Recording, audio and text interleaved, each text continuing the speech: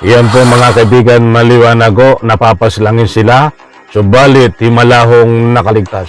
Pangalawang buhay nila ito na nababanggit ho ang pangalan sa utos nito si Senador Bato po ngayon.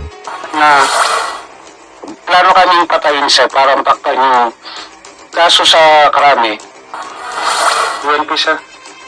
Sino utos? That time sa PNP Chief Bato de la Rosa, sir.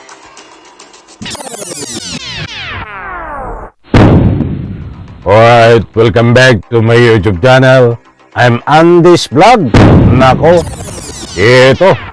ito ang nakakaawa mga kaibigan. Pagpas lang dito sa dalawang testigo na lumantad, malang nakaligtas ho. Nako, ay sino ang tinuturong utak ko dito ng pagpas lang? Nabanggit ho ang pangalang Senador Bato. Ay may kasangkot ho ito. Mga kaibigan, eto't wag po kayong alis. At ay babahagi ko po sa inyo itong matinding revelasyon na sila ay dudukutin sana at papaslangin, subalit himalahong nakaligtas. Ano ang dahilan kung bakit siya ay nakaligtas? At ang matindi pa mga kaibigan, ang kanyang mga anak ay nadamay at siyempre ang kanyang pamilya. Mga kaibigan, hindi po ito fake news. Kahit kapag may pagkakataon po kayo, inaanyayahan kong patapusin, panoorin ang vlog na ito.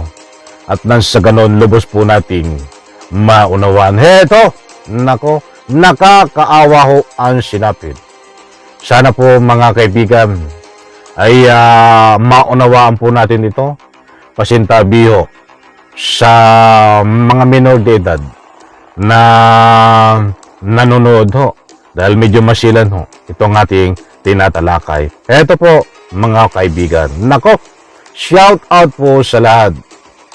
Pakinggan po nating mabuti. Dahil ito ay tinaniman din ho ng mga ebidensya, pantakip ho sa mga butas nang hindi ho sumingaw ang mga baho ng involved dito ay ang mga bata ni Bato. That's why tinatakpan din ho ni Bato ang nangyayari mga kaibigan. Ito pa. Sir, after second day, sir, nang nangyari yun, sir, nirestrict kami sa campo, sir. Tinanggalan kami kaagad ng baril, sir, at saka ng cellphone. Nirestrict kami doon wala pa kaming kaso, sir. Tapos nabalitaan na lang namin na may planong patayin kami, sir.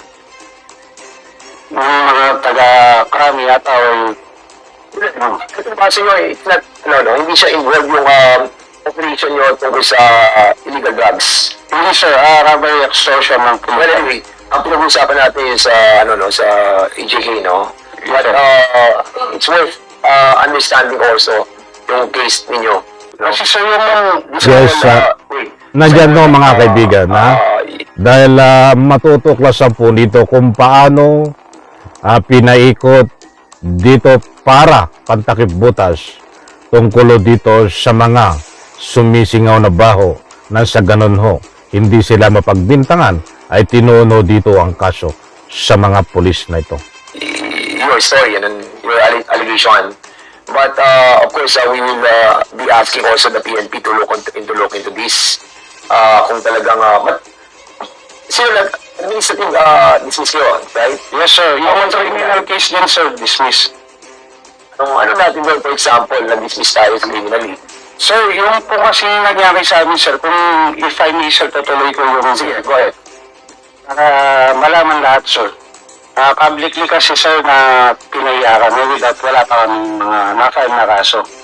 Tapos, sir, Ito po yung mga pulis na na-dismiss sa serbisyo, kinulong ho at kinasuhan subalit mga inosente po. Yan ang lumalabas dito sa mga revelasyon po nila. At nababanggit dito ang pangalan de Bato. Ito po para sa lubos natin pangunawa, pakinggan po natin at unawain at nasa ganun po magkaroon po tayo ng kaukulang idea. Lahat ng kaso, lahat ng gastos, sinolder namin, sir, yung pambayad ng abogado. Where in fact, yung case namin, sir, job-related, work-related po yun. Kaso, walang support sa PNP, sir. Tapos, Sino nagkaso sa inyo? tapos, sir, na-dismiss na yung kaso kriminal namin. Matras na yung complainant. Sir, pinakulong pa kami. Yun yung masakit dun, sir. Sino kukulong sa inyo? PNP, sir. Sino utos? That time, sir, PNP Chief Bato de la Rosa, sir. Merong itong Ayun na, video. mga kaibigan, maliwanag ko ang pamatinding revelasyon ito sa utos ng PNP Chief. Senador Bato ay pinakulong sila. Subalit wala po silang kasalanan, bagkus panakip butas sulang sila. At nang sa ganun no, yung mga kaso na usapin ay hindi mapag-usapan at malikuang atensyon, mga kaibigan. Ito po ay mga pulis na tinaniman noong panahon ho ni PNP Chief Senador Bato. Kaya't ang tinuturong utak ko dito, tinuturong nag-utos ay itong si Senador Bato ngayon na siyang noon ay PNP Chief. Hindi ako may sabi according o dito sa revelasyon na na-dismiss na pulis na biktima din di umano nitong si Bato. Yung sa YouTube, sir, na plano kaming patayin, sir, para matakpan yung kaso sa Krami na binulgar ni asawa ni Ricky Santa Isabel, sir. Na magkikita pa yun sa YouTube. Gusto siya nagpa-interview sa kalabas, Subaybay ko yun. sa GMA or sa National TV na itong polis na dapat. Kaya kinakasuhan kami ng kidnapping, sir. Muntik na kami ilatag din. Hindi ko alam, sir, kung DDS o ano. Ganun. Ito yung dudukutin ho sana ay hindi ho natuloy. Dahil mayroong isang nagbulgar ng asawa din ho ng isang pulis na sangkot ho sa pagpatay sa Koreano. Itong si Isabel, kilala ko ito. Si Isabel, Santa Isabel. Itama nyo po kung mali. Na nasangkot po din ito. Dito kay Luis Manciano, na ika nga po biktima ni Luis Manciano ng istapa. Dito sa tinatawag na investment. Ba't hindi po yun ang ating topic? In relation na padaanan lang po natin. Yung pong kanyang asawa ay nakakulong din ho. Diyan po at nahatulan ngayon at nasa bilibid tungkol sa pagpatay ng Koreano. But ito ang nagtimbre na babae na ito dito sa mga pulis na dudukutin. Subalit hindi ho natuloy dahil binantayan ho ng mga kamag-anak nila. Sa tangkang pagpaslang sa kanila ay hindi po natuloy at himalang nakaligtas, mga kaibigan. Heto. Pero yung asawa mismo ni Ricky Santa Isabel, siya, hindi Yes. siya pumayag na ganun yung gawin nila sa amin. At with the support of our wives and relatives, sir, binantayan kami sa kampo, kaya hindi natuloy yung plano, sir. Paano nyo nalaman yung sinasabi yung alleged plan? Paano nyo naman na Sir, makukonfirm? kasi yung first na dinala kami sa campus, sir, restricted, tinanggalan kami kagad ng baril tsaka cellphone. Huwag daw kami makikipag-communicate sa labas. Yan po mga kaibigan, maliwanago, napapaslangin sila. Subalit, himalahong nakaligtas. Pangalawang buhay nila ito na nababanggit ho ang pangalan sa utos nitong si Senador Bato po ngayon. Muli ho, hindi akong may sabi. Nagbatay lang po tayo dito ho sa testimonya na biglang lumantad na mga testigo na tinuturo ang pangalan na Bato at siyempre dito pa sa ibang mga kasangkot.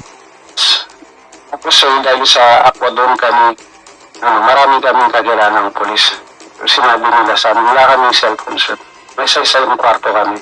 Sabi nila, may planong patayin kayo, kukunin kayo dyan, sabi niya. Sabi, tawagin niyo yung mga kamag-anak niyo, bantayan kayo, sir. Aparil kayo, sir, na-verify namin po yun. Sino nagsabi sa'yo ng ganun? Yung mga kasama din namin, sir. Commission? Yes, sir, mga kadikit na namin. Isang area kayo? Manila City Police Office, sir. Saan? Manila City Police Office, sir.